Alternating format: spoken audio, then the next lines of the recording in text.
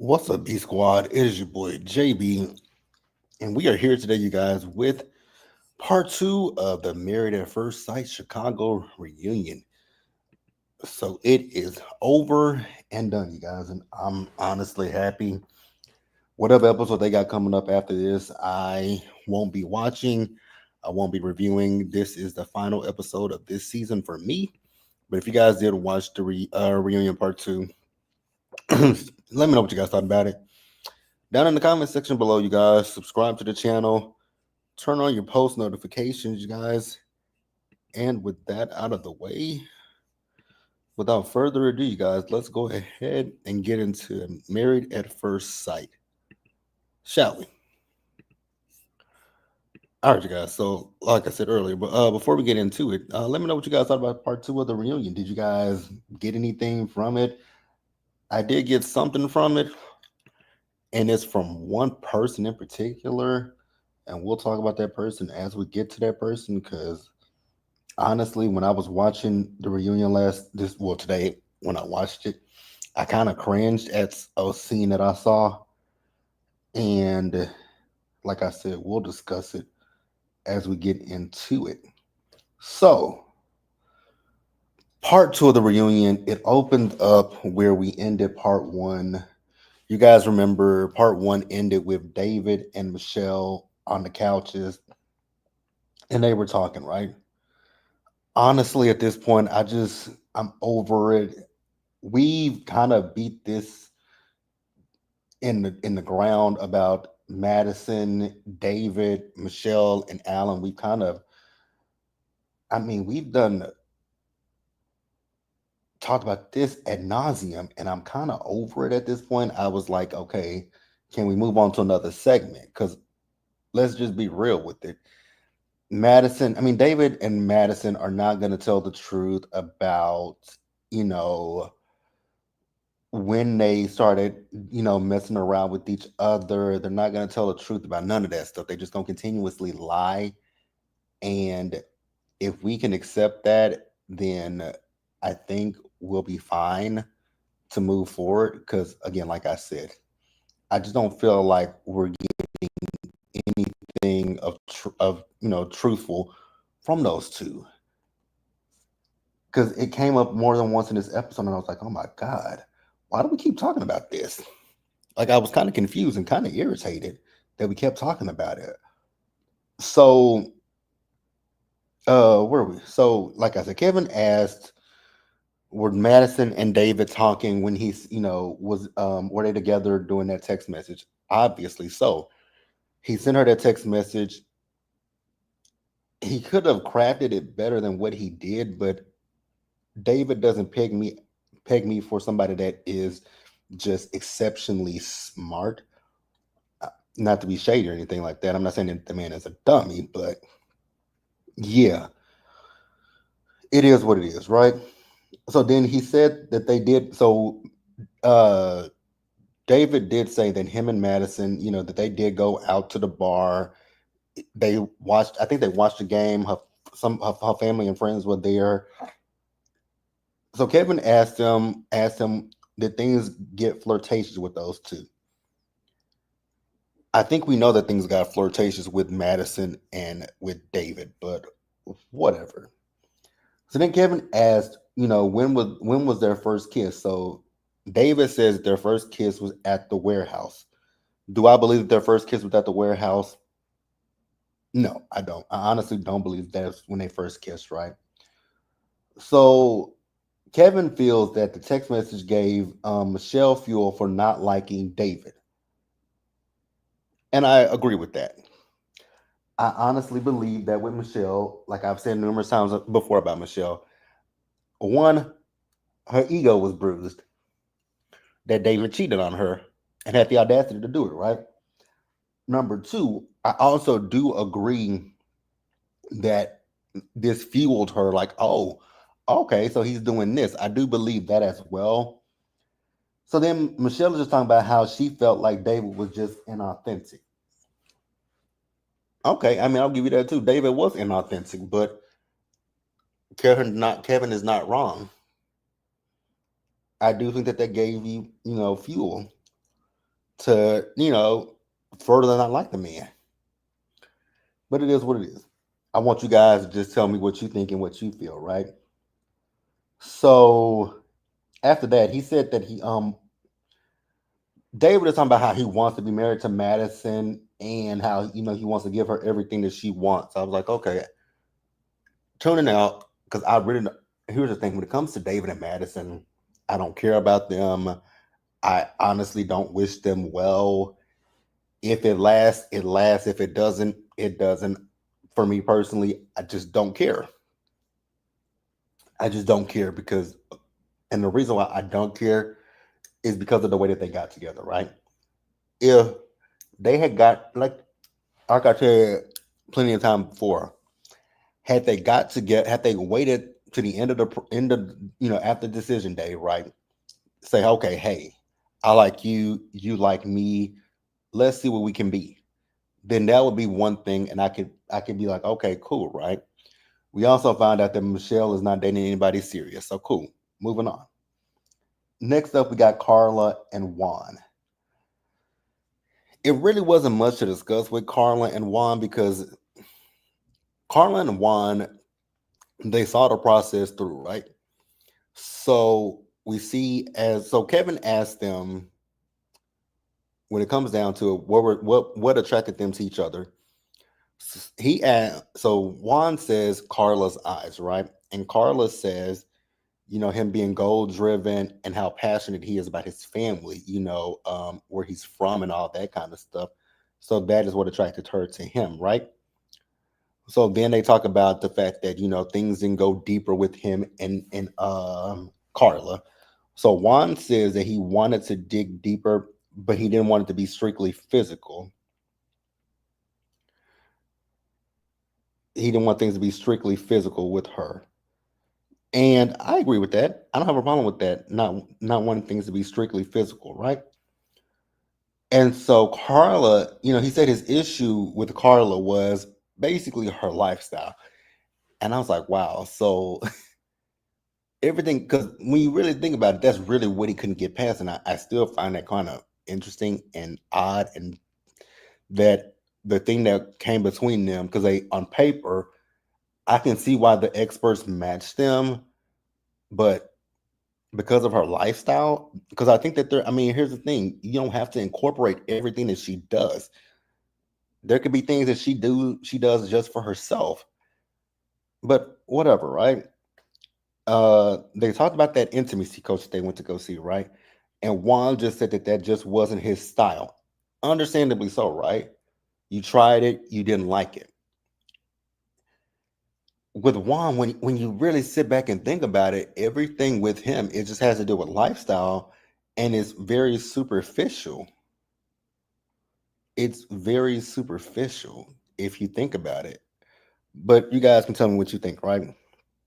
So Kevin asked Carla if she ever felt that it would go the distance with her and Juan, and she said no. So then he asked her like, when did you notice that?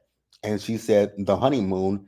And you guys remember that episode when they had that dinner, and he was like he went out with David and did some stuff with David, and he completely forgot about Carla. And so Juan apologized for that because he said that wasn't right to say that, which it absolutely wasn't right. And that was really the end of their segment because really and truly there was nothing to talk about with Carl and Juan because Carl and Juan was besides Camille and Thomas, these two were level headed. The only problematic couples this season were Madison and David, Michelle and Alan, and a Mim and Itchy Scratchy. Those were the only couples that were quote unquote problematic, and for different reasons, right? Because Madison was problematic in her relationship, Alan wasn't. David and Michelle were both problematic. Mim and Itchy Scratchy, she wasn't problematic, he was. And we'll get into him in just a little bit because they brought them back on stage again. And I was like, what the hell is going on here? I was irritated. So next up, you guys, the men are on the stage. Kevin asked the same questions that he asked the ladies who give the best advice. I know they said Thomas said Juan gives him great advice, but most of them said that Thomas gives the great advice. I think it was one like who's going to share the most. They said Alan. I tuned out. I wasn't really 100% listening to what they were talking about. Now, they did talk about the text message, and Kevin asked them how did they feel about it. So Juan said for him, it was hard to watch it on television because that scene was so bad and the lie was so bad, which it really was a terrible lie. And Juan's whole thing is he wouldn't have done anything differently, but what he would have done is at least made up a better lie. Even Thomas agreed, make up a better lie. Because later in the episode, Michelle was like, she really thought that David was trying to shoot. And if David had just said this, I know that there's not been much between us at this point. So I got a little strong, and I just wanted to see if maybe that could spark something between us. But you come up with food. Like, that was the dumbest lie I've ever heard in my life, right? The dumbest lie. After that, Thomas even said he would have said something differently. They talked about Itchy Scratchy and him dating. I don't care. I stopped listening. Then they talked about Alan and how happy that they are that Alan is currently happy within his new relationship. So I'm happy for Alan. So then after that, we had the experts join, right? So we get Dr. Pia, Pastor Cal, and Dr. Pepper. Congratulations are in order to Dr. Pia, who is expecting a baby girl. So we talk about David and Michelle once again. And this time we have Alan and Michelle on the stage. So, Michelle is talking about where she is a year later from that. And Alan is also talking about where he is a year later from that. And, Alan did say something that I had to literally think about. When Alan was talking about the fact that he was changing things for Madison, he wasn't changing anything about who he is. He was just changing physical appearances. And I was like, you know what? You are right. You are just changing because he was fixing his teeth, but it doesn't look like he continued with that. It doesn't look like because his teeth look the same from when we saw him on the show, and that's not me being shady or anything. It just looked like he said "fuck it" and stopped. Right? He changed his clothing for her, so it wasn't anything internally that he changed. He just changed, the physical. He was changing the physical to appease Madison, and I'm like, okay, cool. And then after that, you know, Michelle asked the experts, did you guys have any inclination about what was going on between Madison and David? So Pastor Cal said, no, they did not know. I kind of find that just a little hard to believe because the camera crew definitely caught them two sneaking in and out at around the same time. But I mean, they could be. I don't believe that they knew that they were creeping with each other, but not one person in production was like, damn, this kind of interesting that she comes in at this time of the night and he comes in at the same time. Just a question that I have, right? So then there was another rumor that she asked about. So the rumor was that allegedly they wanted to match Madison with David, but last minute they switched the couples. Pastor Cal said that that's not true, but what Dr. Pia said was that there was another man that they wanted to match Madison with, but race played a factor in it. And I was like, oh, okay, interesting. But okay, whatever, right? So the next couple on the stage is Emem and Itchy Scratch. And I was like, why are they back on this stage? My God. When I tell you guys I was irritated seeing them on the stage again, I was like, just like, fuck. Can we do something different with this? Can we do something else, right? Once again, this man is sitting on this stage and gaslighting people and trying to make it seem as if Emem was the problem in the relationship when it was him who wasn't trying to be, trying to give her anything. And even Dr. P had to look at him and be like, no, did you look at that and see that she was trying to open up to you and get to know you? Like, I just was irritated with him. Y'all, I think y'all know he irritates me in general. But just sitting there looking at him, and it's like once again you're still trying to place blame, excuse me, on Emem when she's done nothing wrong to you. But whatever. Whatever.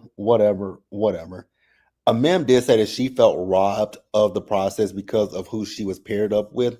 And I'll give her that. I definitely do believe that you were robbed of the true married at first, whatever. I mean, the true quote unquote married at first sight experience. Even if you guys had gotten to the decision day and said no, at least you guys could have said you tried your best and it just didn't work out. Neither here nor there. So next up, they decided to bring Brandon out on the stage, and I was like, "Oh God, why is Brandon here?" So Brandon comes out on stage, and Itchy Scratchy gets up and walks off stage. I was like, "Classy, classy, classy, classy." But um, what's his name? Brandon's like, "Oh, I just want to bet." So the bet was he bet I don't know who he bet, but he bet that Itchy Scratchy wouldn't shake his hand, and so I guess he won the bet. I guess he won the bet. But whatever. Cool. I don't care. Ma'am, I don't know what it is with you and this Brandon guy, because the whole entire scene with Brandon was just cringeworthy for a multitude of reasons. The first reason was him coming out on stage saying he won the bet with that big ass bow tie. Cool. Then we start talking about them getting engaged. And honestly, ma'am, I don't know why you said yes to getting engaged to this man, but you said yes, y'all been together for a year, right? And then he starts talking. He takes his hands and put his hands together, and he does. I'm like, because he was talking about what they did the night after they got engaged. I'm like, is this man literally on stage talking about them having sex? If this is the man that you want to be with, he's an even worse. I don't know him, ma'am. If this is what your heart wants, go for it. I just don't think Brandon is it. Me being honest, I don't think Brandon is it on any level. But if a man loves Brandon, congratulations, right? So Brandon asked Pastor Calvin to marry them because he wants to, before he gets back on the plane to head back home, he wants a mem to be his wife. I said, "Oh my God, a mem, run, girl, run, girl, run, girl, run, run, run, run." So then I think Kevin asked him, "Are they planning on having babies?" He said, "Oh yeah, we had some Hennessy last night, so we definitely practicing." I said, "Oh God, please make this shit end." And then he said something because the way he said it, I thought he was saying that they were already pregnant, but it turns out a mem had a miscarriage, and I was like, "Wow, bro, way to support your woman." She was 14 weeks pregnant. Way to support your woman. Yeah, I like way to support your woman. I don't know if she necessarily wanted people to know that. That is very personal business, but he told it nonetheless, right? He said her kids love her and her kids call him before her before they call him. I don't care. Moving on. So now y'all, we're gonna breeze through this because we're at the end of the reunion. I don't really care about David and Madison, to be honest with you guys. So we're gonna wrap it up right here and then talk about the group. So David and Madison joined the stage. David apologized to the experts. They asked him the question about the timeline. He refuses to answer. Then the experts start wishing David and Madison well in their relationship. And I just have the question of why are we wishing two cheaters well in their relationship? You know what? If that's what they want to do, let them have it. I honestly don't care. I'm just glad that this season is over at this point. And moving right on along. So after that, we get the group back on the stage.